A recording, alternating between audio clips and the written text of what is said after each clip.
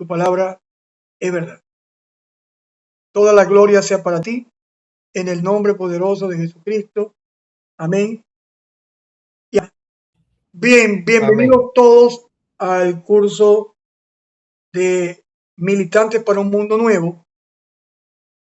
No es un curso propiamente del Evangelio de Mateo, es un curso sobre una porción significativa de Mateo. Cuando estaba revisando los cursos de mí, me conseguí algunos cursos de Mateo. Y los cursos de Mateo me parecieron interesantes, pero me parecieron que estudiarlo de esa manera sería como darle un brochazo, así por encima. Y no creo que sea la idea pasar por alto tantos elementos y tantos detalles como un curso de Isaías o de los Salmos. Sería poco valioso abordar esos libros de forma fugaz.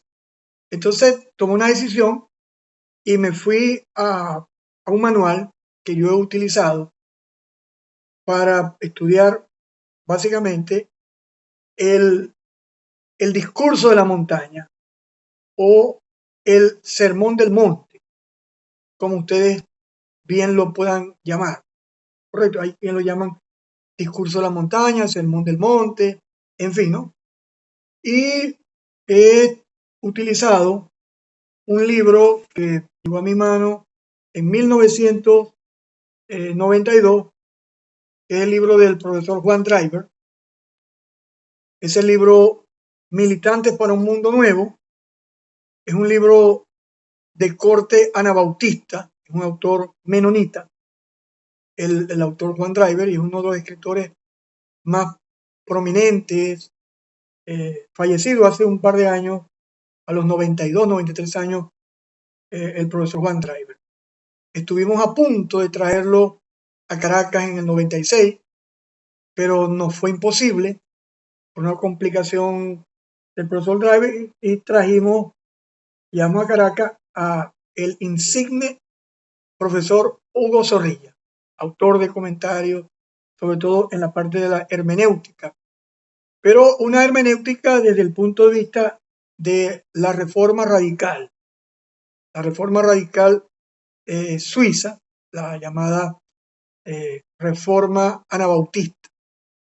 Esto no es un curso de anabautismo, pero sí es importante que ustedes sepan que este curso tiene una pluma y tiene una teología netamente anabautista, ¿correcto? En algunos puntos usted va a coincidir y en otros puntos obviamente no. Y eso es lo maravilloso de la discusión teológica, que no sea un embudo donde todo el mundo tiene que decir amén, sino sea un arcoíris, un paraguas, para desde la multiforme gracia de Dios poder visualizar algunos puntos, considerar otros, debatir algunas cosas. En fin, ese es el propósito del diálogo teológico. MINS, obviamente, es un seminario de corte presbiteriano, reformado. Más que todo, la mayoría de los profesores son de ese corte. Más bien los profesores de América Latina, sobre todo los profesores venezolanos, tenemos otras tendencias. La mayoría son bautistas. Creo que hay uno o dos pentecostales.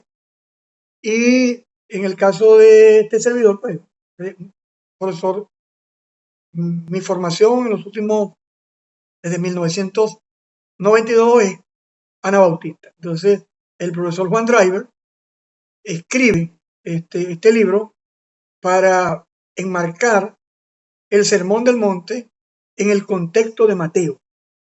Y eso es más o menos el curso. Por supuesto, los libros que el profesor Emil Cordero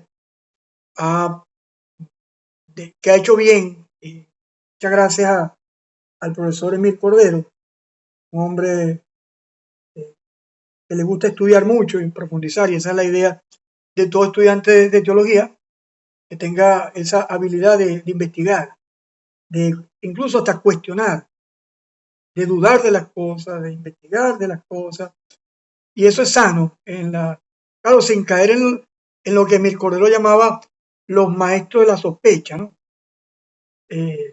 Pero sí entender pues que el estudiante de teología debe profundizar, debe estudiar, debe avanzar en esto. Entonces tenemos un libro de corte anabautista, la reforma radical del siglo XVI, los anabautistas, que fueron los primeros grupos que bautizaron adultos. Y esos anabautistas fueron acobijados a un grupo bajo el protectorado de los Países Bajos, entre ellos el más prolífico escritor anabautista del siglo XVI, que fue Menno Simons. Ya viene el nombre menonitas, para la descripción de un gran grupo de tendencias anabautistas. Correcto. Y en este siglo pasado y en este siglo presente, el anabautismo tiene algunos escritores muy importantes. Tenemos a Daniel Schipani, y yo quiero resaltar dos de ellos, sin menospreciar a otros, pero voy a resaltar dos de ellos. Voy a resaltar a John H. Yoder. De hecho, John Yoder estudió con Oscar Cullmann en el mismo seminario, eran compañeros de curso de maestría, doctorado, disculpe la imprecisión. Y uno de mis favoritos es el profesor John Driver, o Juan Driver, como le dicen en Colombia, en América Latina. Y este libro, Militantes para un Mundo Nuevo, es el Sermón del Monte en el contexto de Mateo. Correcto, eso es lo que vamos a estudiar. Cómo enmarcar el discurso de la montaña que Mateo recoge, y también Lucas. Mateo lo recoge y lo ordena mucho mejor que Lucas. Mateo ordena desde su intención didáctica.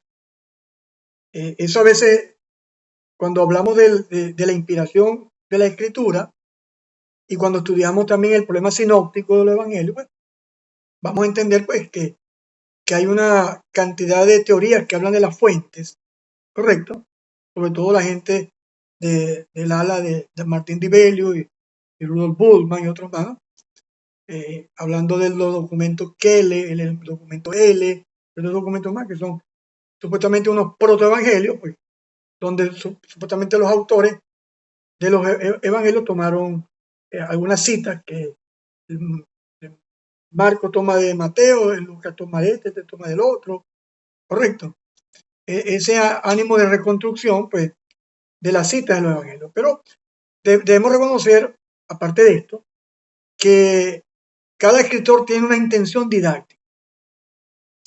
Todos ustedes deben saber muy bien que los evangelios fueron escritos después de las epístolas, sobre todo después de las cartas paulinas.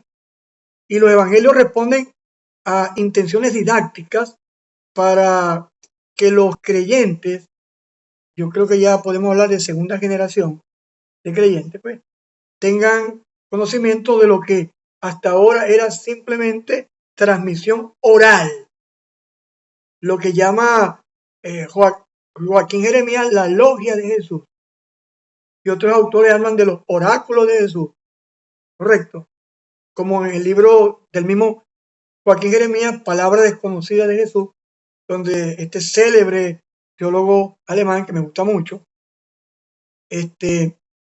sobre todo el libro Las Parábolas de Jesús de Joaquín Jeremías, él habla de algunos dichos de Jesús que se perdieron, que no están, no son dichos canónicos, pero Jeremías hace un intento de reconstrucción de esas palabras, tratando de darle un génesis, un origen a esos dichos de Jesús. Entonces, Mateo hace en su discurso, que organiza Mateo, por supuesto, bajo la guía y dirección del Espíritu Santo. Correcto. Mateo no ordena un discurso para discípulos. Lucas ordena el discurso para un personaje llamado Teófilo. Y Lucas le ordena no solamente el discurso desde el nacimiento de Jesús hasta la ascensión de Jesús a los cielos, sino que luego en su segundo tratado, que es los hechos, correcto, porque este personaje Teófilo, del cual conocemos muy poco, tenía interés pues en aprender todo el nacimiento de Jesús, la vida de Jesús, sus dichos, sus hechos, sus obras, su muerte, su sepultura, su resurrección y ascensión a los cielos. Y Lucas le escribe el segundo tratado para que Teófilo también conozca el devenir, el quehacer de la incipiente iglesia apostólica. Correcto. Entonces Mateo organiza el discurso desde su perspectiva para una comunidad judeocristiana, correcto, y Mateo es un evangelio muy judaico. Tenemos una cita de Ireneo, que es la única cita que tenemos, donde Ireneo dice que Mateo escribió en lengua hebraica los oráculos de Jesús. Entonces, esa palabra hebraica, algunos autores dicen que esa lengua hebraica puede ser hasta arameo. Y disculpen que lo remita a otro libro de Jeremías. En el libro Teología del Nuevo Testamento de Joaquín Jeremías dedica uno de los primeros capítulos para los paralelismos subyacentes del arameo en el texto griego de los evangelios sinópticos. Y habla de Talita Cumi, Efata, Gólgota, Eloí, Eloí, Lama Sabbatani, Gehenna y otros manos que hablan de que si llegó a existir un documento, un protoevangelio, correcto, debió ser no en hebreo, sino en arameo por las locaciones, las palabras que utiliza el autor del evangelio. Es lo que llama brillantemente Jeremías los paralelismos subyacentes del arameo en el texto griego del Nuevo Testamento, sobre todo en los evangelios sinópticos. Entonces, en el contexto de Militantes por un Mundo Nuevo, tenemos un análisis del contexto histórico y las bases del reinado de Dios. Voy a permitirme poder avanzar un poquito porque nos va a agarrar la noche aquí. El tema orientador, como lo he llamado yo, o vamos a llamarlo el eje transversal del libro de Mateo, es el reino de Dios. Mateo es el evangelio del reino de Dios. A diferencia de algunos autores dispensacionalistas que hacen diferencia entre el reino de los cielos y el reino de Dios, sobre todo C.I. Scofield y otros más, no sé si John Derby y otros más, pero ellos hacen diferencia ellos dicen que Jesús predicó el reino de los cielos y el reino de Dios es otra cosa diferente. Correcto. El reino de los cielos, según estos autores, tiene un contexto más espiritual, pero el reino de Dios tiene un contexto más histórico. Sí, más, tal vez hayan circulado algunas memorias del ministerio, muerte y resurrección, ascensión. Correcto. Eso es correcto. Eso estaba circulando ya. Y era necesario poner esos oráculos de Jesús en escrito, para que esa comunidad pudiera entender con certeza, como dice Lucas, los hechos que nos fueron, que los tenemos por cierto, como dice el prólogo. Entonces, el tema central es el reino de los cielos, que es un eufemismo, una figura que alivia, que adorna, que suaviza el discurso, pero el uso de los términos es sinónimo, reino de Dios y reino de los cielos. Simplemente es un giro idiomático, porque ya Jesús tenía muchos problemas, porque lo iban a lanzar por el despeñadero, lo iban a matar, lo iban a perseguir los judíos, lo iban a apedrear varias veces, precisamente por hablar del mensaje del reino. Por eso es un reino que no era un discurso nuevo de Jesús. Ya ese reino había sido anunciado por los profetas. Por supuesto, como dice el libro de Segunda de Pedro, que los profetas profetizaron. En primera de Pedro dice diligentemente escudriñando qué tiempo y qué persona acerca de la persona de Cristo anunciaba su padecimiento y la gloria futura. Era una especie de una visión de una cordillera, donde los eventos estaban yuxtapuestos y el profeta veía todo solapado, uno encima de otro, ¿no? Resulta que entre los padecimientos del Mesías y la gloria venidera había un valle, y ese valle era difícil precisarlo. Esa fue la dificultad del judaísmo del tiempo de Jesús, correcto, el judaísmo tardío, comenzando desde el tiempo de Qumran hasta el tiempo un poco más allá de Jesús, ante la destrucción del templo por Tito. Entonces, este judaísmo tardío le cuesta entender porque los presupuestos teológicos de ellos pues están mezclados, correcto, y por eso no entienden pues el mensaje de Jesús. Entonces, Mateo es el evangelio del reino, porque este tema orienta toda su estructura, desde la genealogía hasta la gran comisión. Y de hecho, un estudio bien minucioso del Evangelio de Mateo, vamos a entender que Mateo comienza con la genealogía de Jesús, el génesis de Jesús como Mesías, como rey. Luego habla de la tentación de Jesús, bautismo, tentación, y luego nos lleva al sermón de la montaña.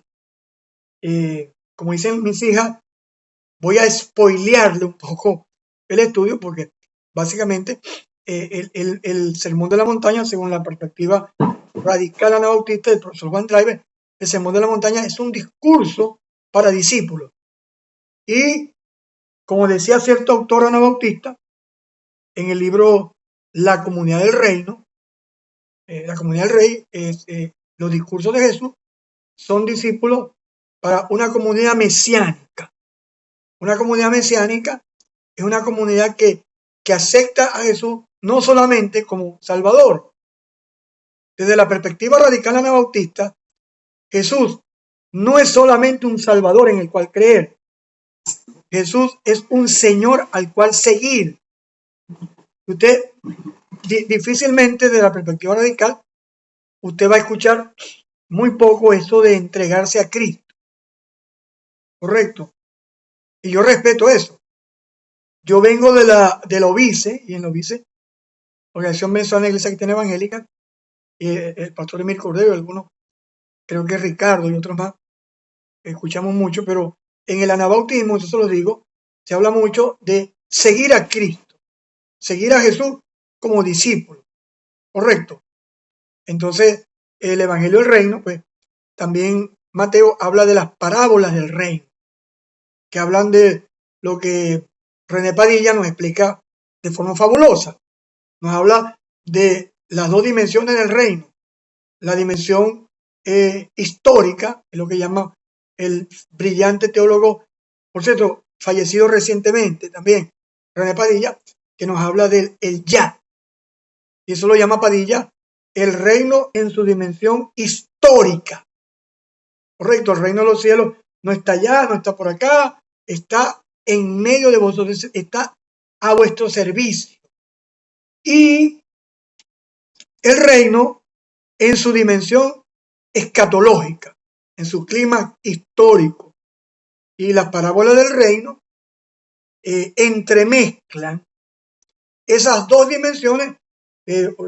Un aplauso, pero yo no pude conocer en persona, correcto, yo no pude conocer en persona al profesor Padilla, pero tengo algunos de sus libros, y esos libros de verdad que son libros maravillosos que vale la pena pues leerlo. Por ahí me está escribiendo también el profesor Emil Cordero algunos comentarios, correcto, bien importante que deberíamos hacer bien en leerlo. A ver si puedo buscarlos acá en la aplicación, correcto. Entonces, en el contexto de Mateo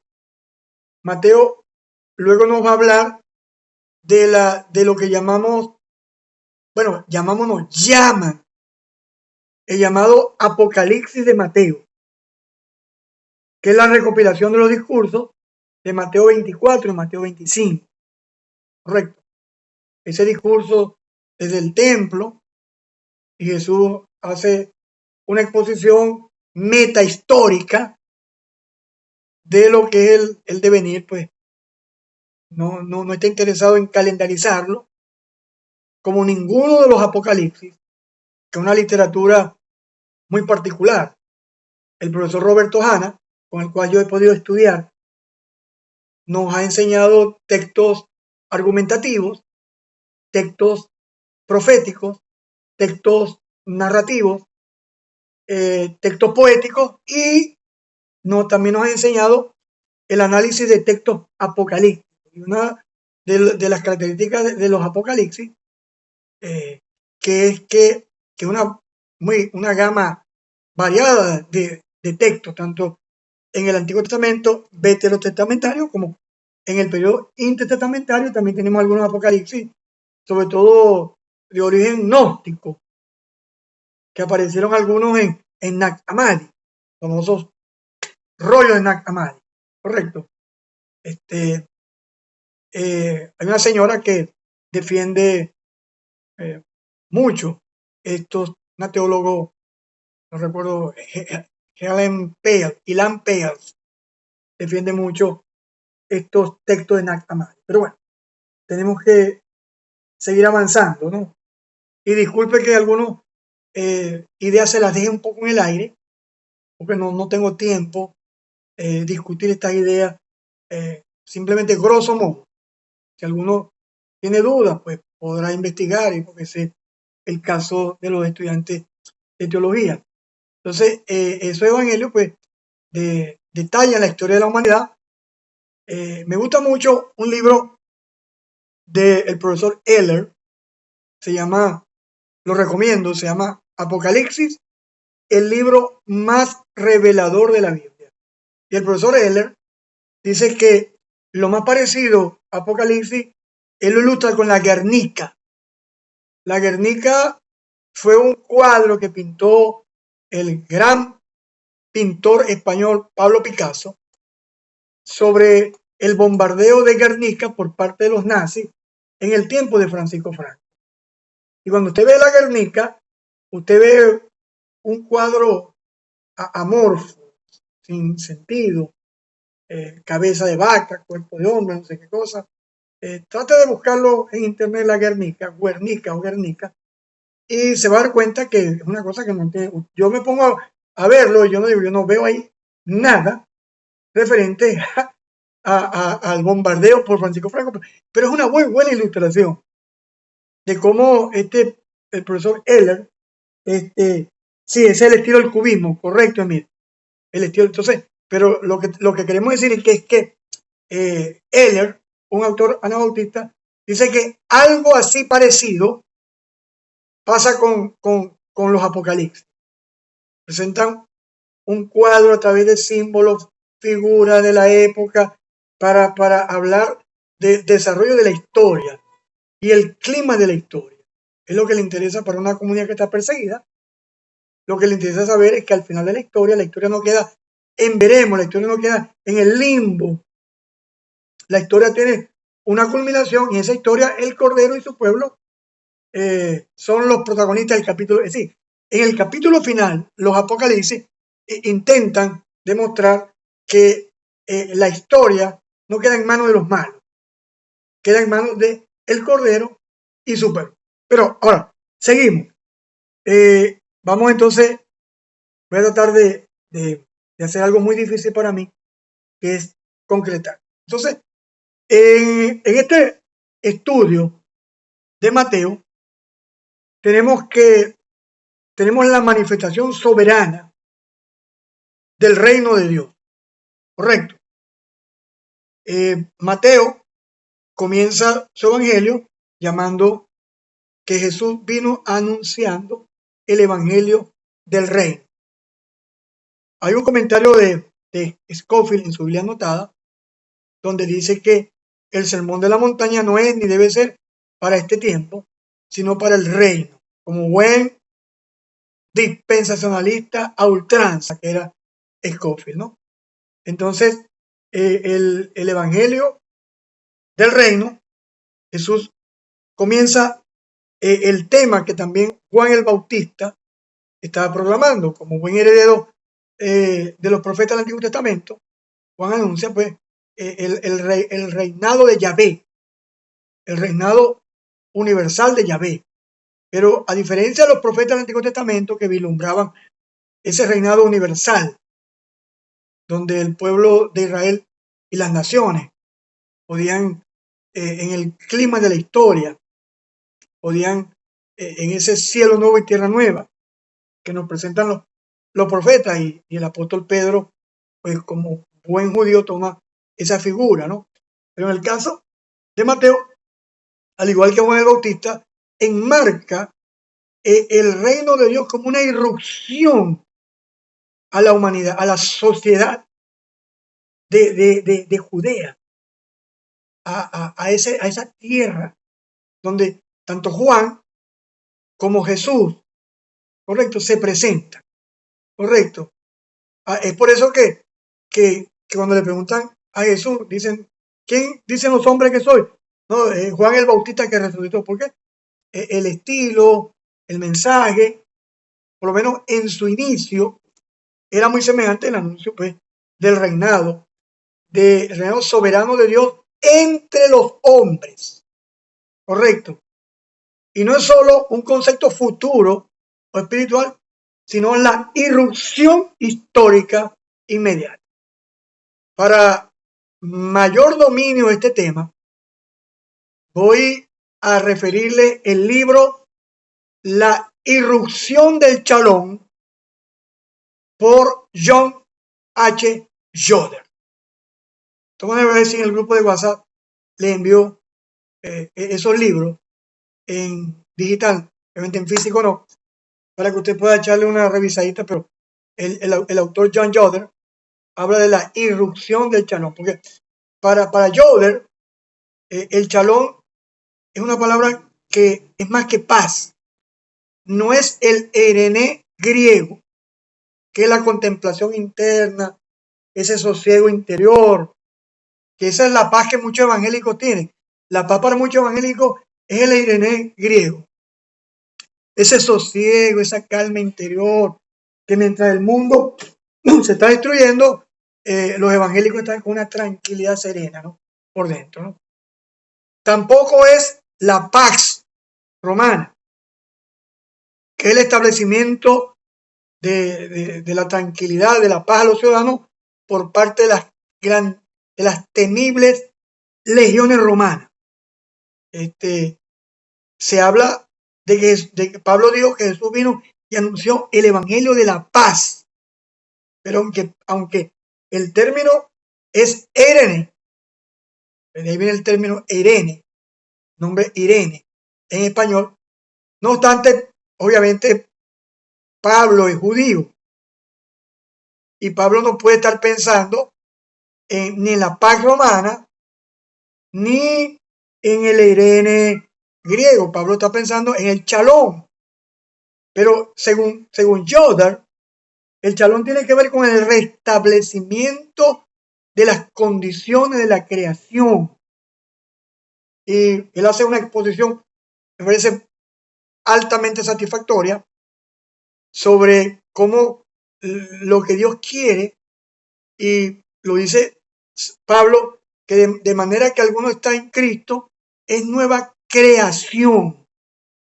Las versiones Reina Valera traducen criatura, pero debería ser nueva creación. Correcto.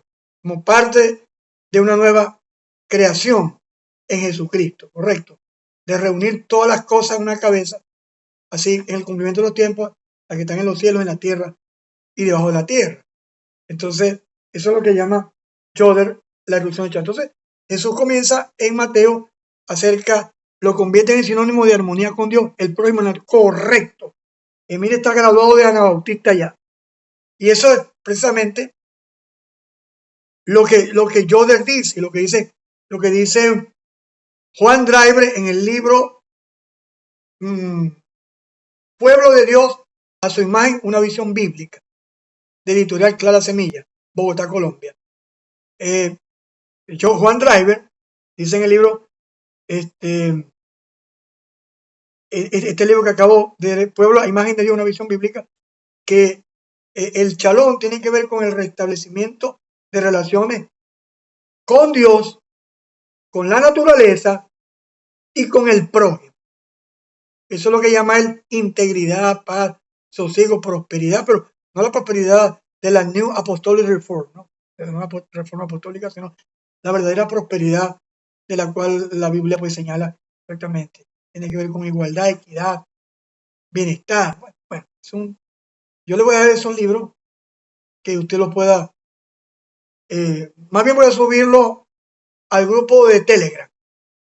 Voy a enviar el enlace para que usted lo pueda leer con más calma. No, aquí no hay prisa.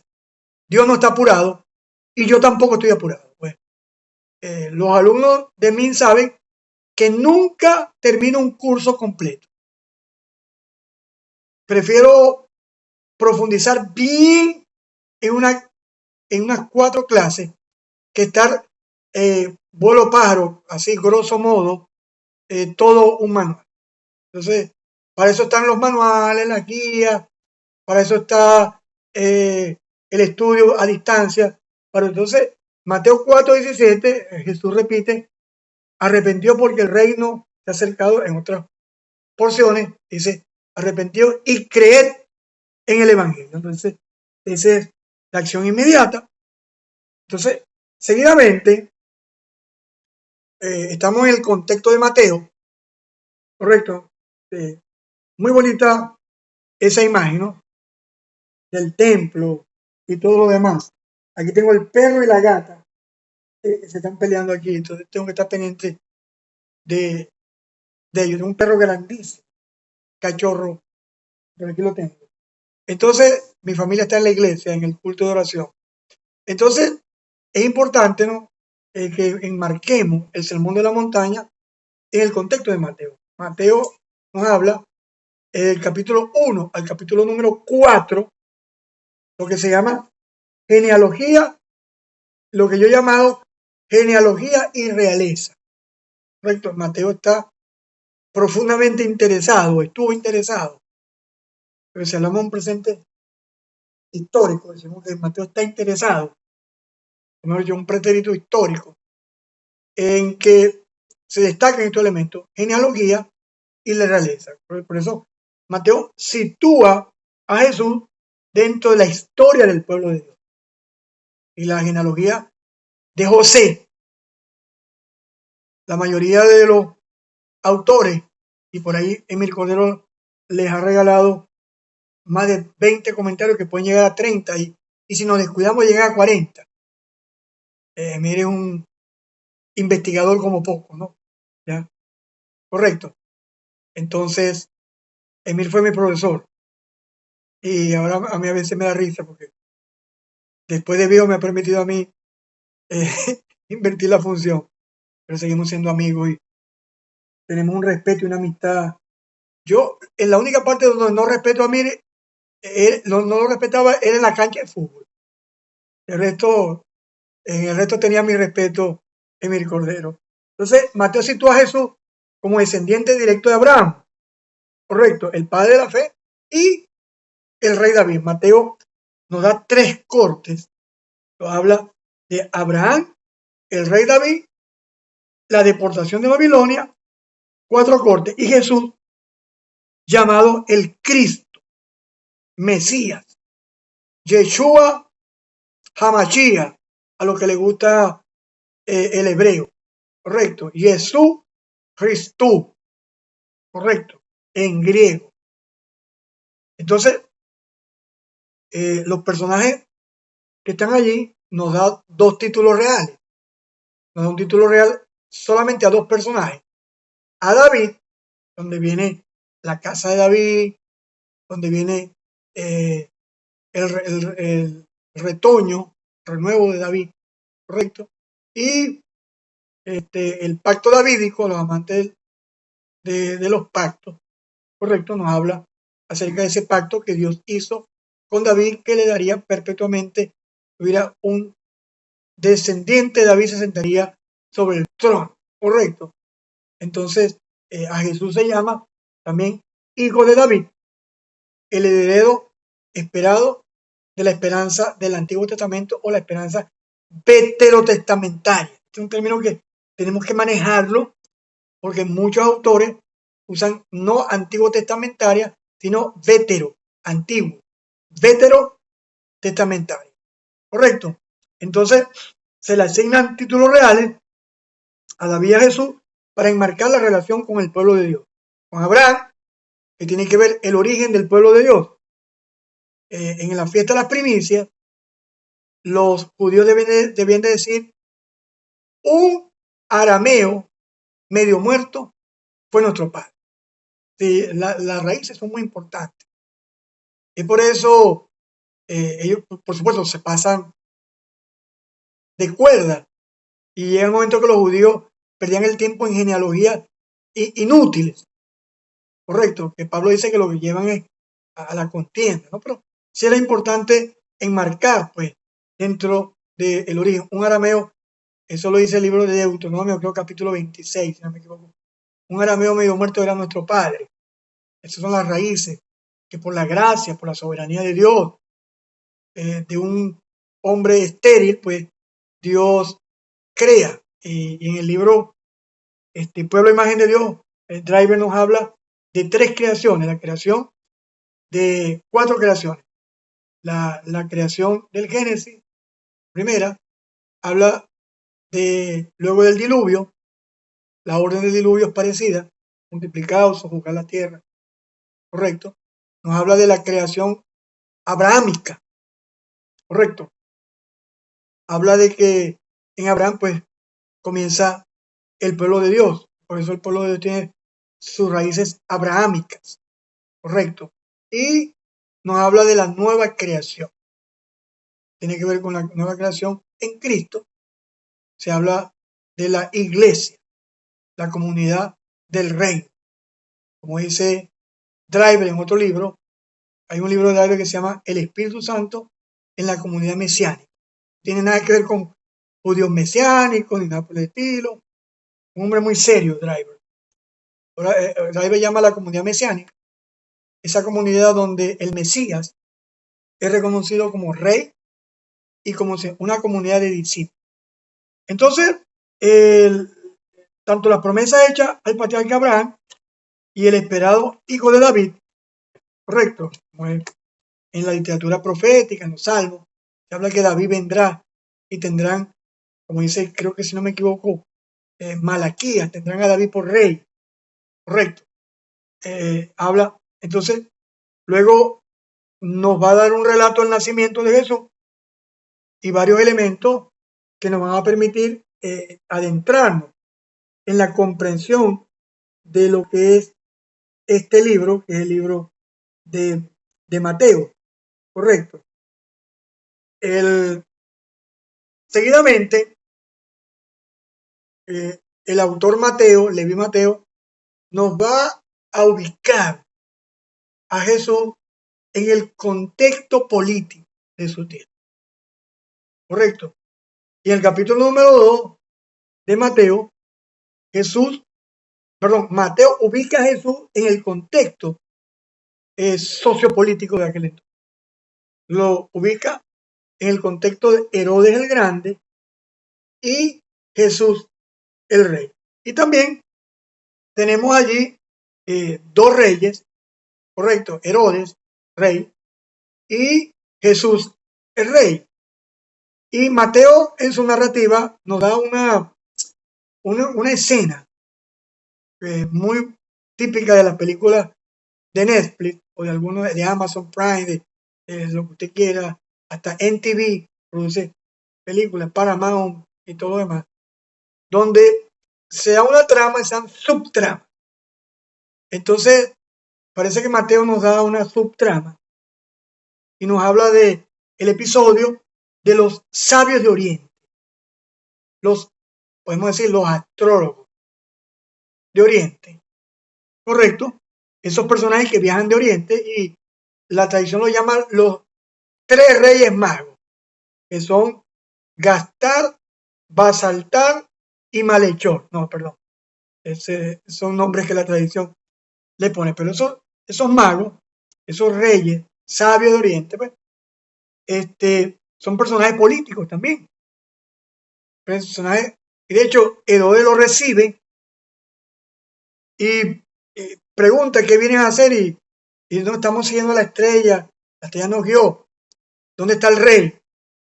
Y dice que en el territorio donde Herodes gobernaba, eso está en Mateo capítulo 2, versículo 1 y versículo 2, se turba Herodes, se turba toda Jerusalén por el nacimiento y Herodes consulta dónde habría de nacer el rey, el Mesías, y desempolvan la Torá y citan el profeta Miqueas, y tú, Belén Efrata, de ti nacerá un regidor, correcto. Y le dicen que van a nacer pues en Belén, correcto. Y nunca debemos olvidar que Cristo, que Mashiach, no solamente tiene un sentido espiritual, también tiene un sentido político, correcto. Y eso tenemos que saberlo, porque el esperado, el ungido, Mashiach, es básicamente el libertador. Estos días, en un grupo de discusión que tenemos nosotros, donde está Alirio Leal y otros más, ¿no? Moisés Rivera y otros más, estaban discutiendo sobre el término sotería, donde se habla de salvación.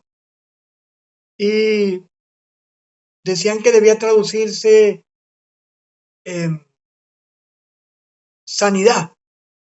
Otros decían que tenía que traducirse salvación. Entonces yo le decía que desde el pensamiento hebreo, la salvación no se entendía como la salvación del alma.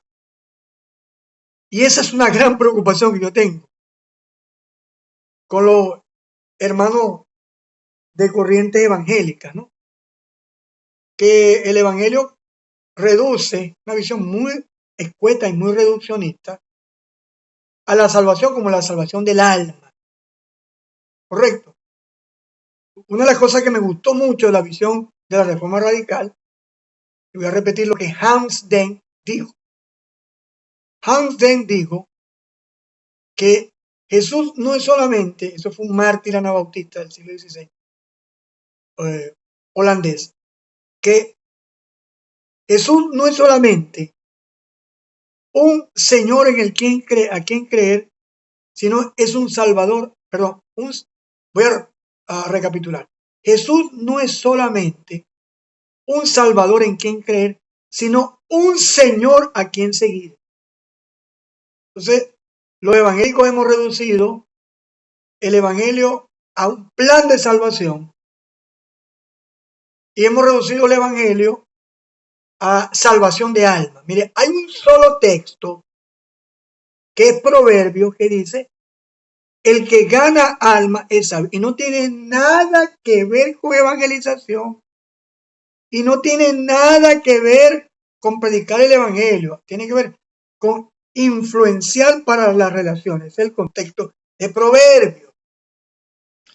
Entonces, los evangélicos hemos reducido el evangelio a ganar alma. Cuando Jesús habló de hacer discípulos.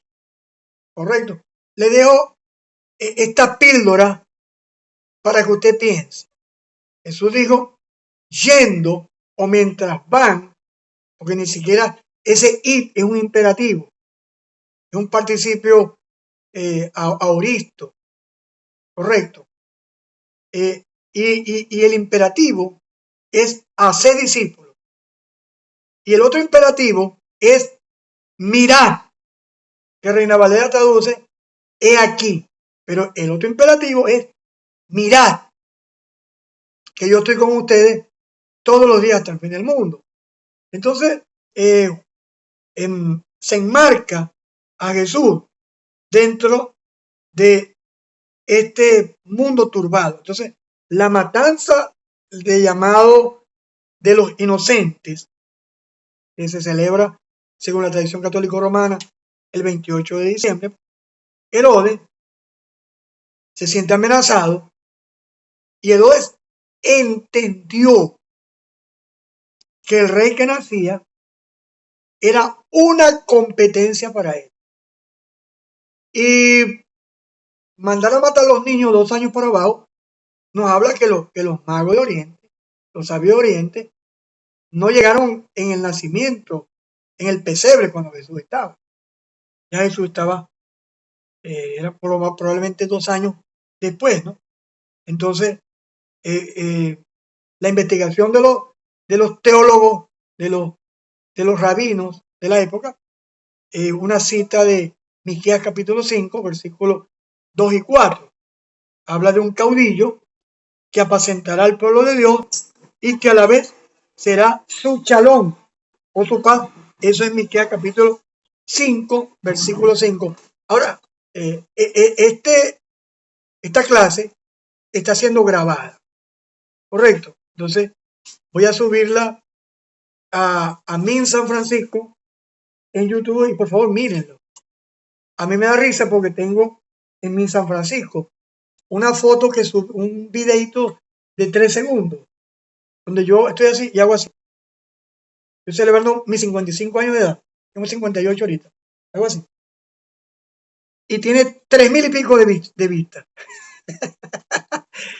y las clases de Min San Francisco tienen 30 vistas, 48 vistas.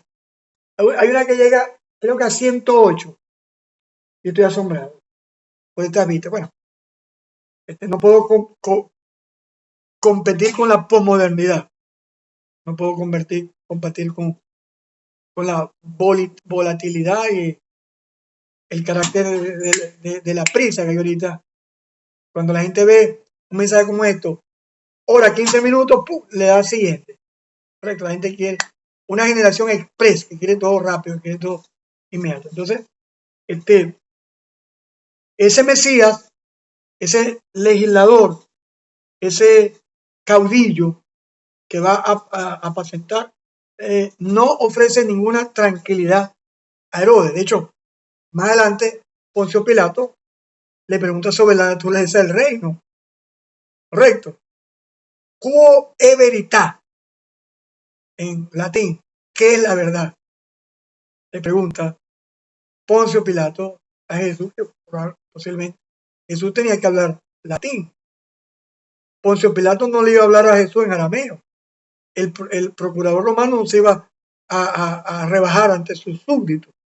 Jesús obviamente hablaba latín. Entonces, Mateo informa que toda Jerusalén se turbó junto al rey Herodes. Eso está en Mateo capítulo 3, versículo 3. Y, por supuesto, él temía por el presupuesto teológico de la época una reacción violenta. Ya ellos conocían en el periodo intertestamentario la fase de los macabeos, el intento de restaurar las administraciones del tiempo. Correcto, hay que leer primero, segundo de Macabeo y también hay un tercero y un cuarto. Pero las versiones católicas tienen solamente los dos Macabeos. Entonces, y Herodes, según su carácter, la violencia no se hizo esperar. Y la presencia de otro rey, pues le hace que Herodes tiemble y se turbe, porque ve a Jesús, o el nacimiento, bueno, Jesús no, él no sabía que se llamaba Jesús, ve al Mesías, que los magos de Oriente vienen a visitar, a darle reconocimiento universal, un reconocimiento universal al Rey de Gloria, al Señor de Gloria, ¿correcto? Y por lo tanto debía ser eliminado, ¿correcto? Entonces, el capítulo 3 de Mateo, estamos hablando de Jesús, nacimiento de una amenaza política real, la reacción violenta, obviamente, no se hizo esperar. Señores y señores, voy a dejarlo hasta aquí. Solamente vamos por la primera parte de la introducción. Ya. La semana que viene vamos a continuar con la introducción a el Sermón de la Montaña. Entonces, me gustaría saber si hay alguna pregunta, alguna duda. Correcto, pero eso lo vamos a hablar, eso lo vamos a hablar cuando veamos las tentaciones mesiánicas de Jesús, el rechazo de cuando la multitud quiso hacer